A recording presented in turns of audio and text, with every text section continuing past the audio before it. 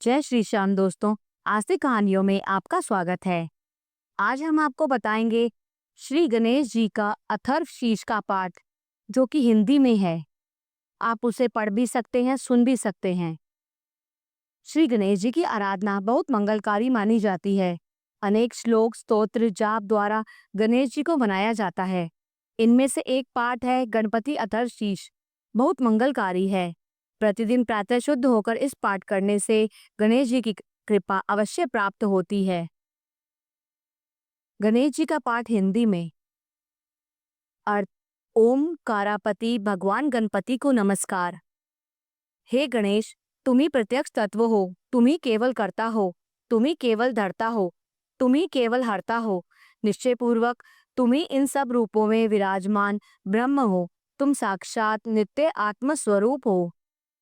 हे पार्वती नंदन, तुम मेरी रक्षा करो, वक्ता की रक्षा करो, श्रोता की रक्षा करो, दाता की रक्षा करो, धाता की रक्षा करो, व्याख्या करने वाले आचार्य की रक्षा करो, शिष्य की रक्षा करो, पश्चिम से रक्षा करो, पूर्व से रक्षा करो, उत्तर से रक्षा करो, दक्षिण से रक्षा करो, ऊपर से रक्षा करो, नीचे से रक्षा करो, सब ओर से मेरी रक्षा करो, चारों ओर से मेरी रक्षा करो।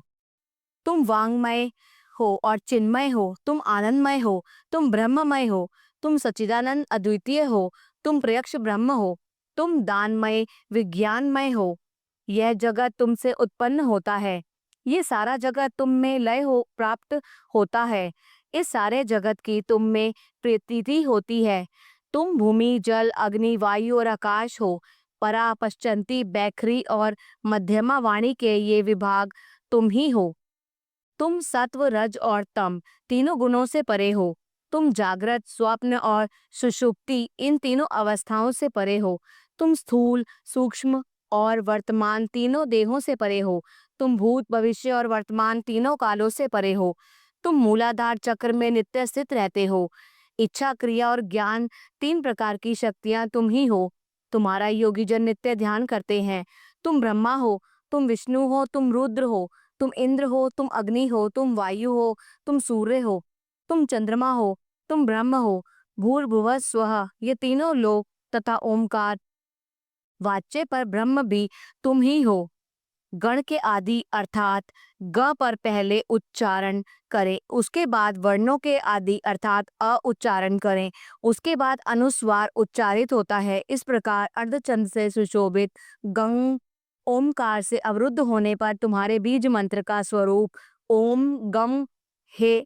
गकार इसके पूर्व रूप है, बिंदु उत्तर रूप है, नाद संधान है, संहिता संविद है। ऐसी यह गणेश विद्या है। इस महामंत्र के गणक ऋषि हैं, नृचंदाय छंद है, श्री महागणपति देवता है। वह महामंत्र है ओम गंग गणपतये नमः।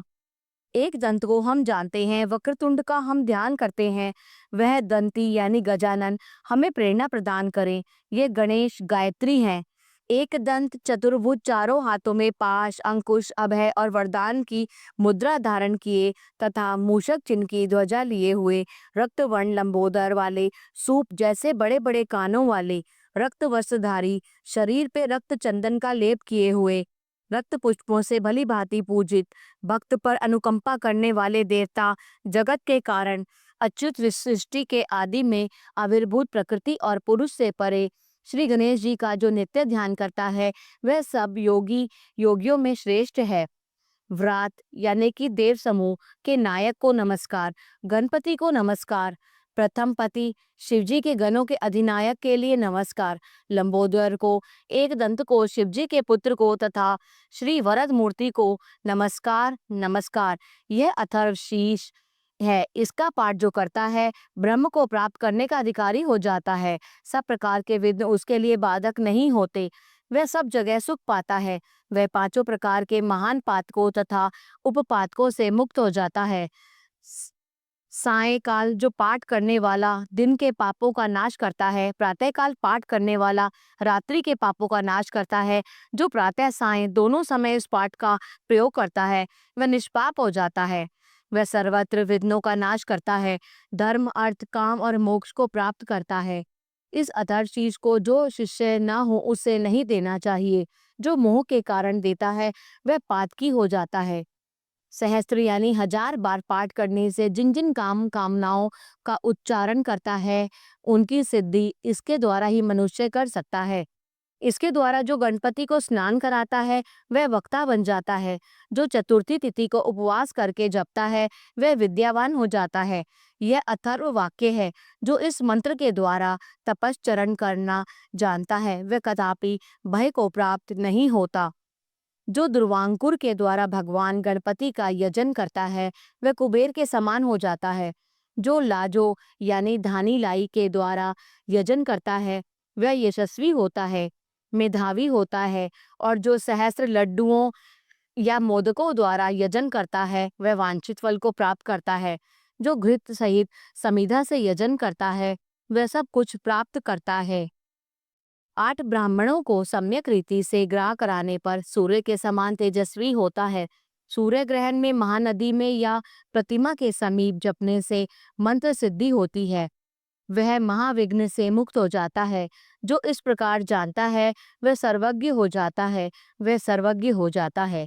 अथर्ववेदीय गणपति उपनिषद समाप्तम। बोलो गणपति महाराज की जय।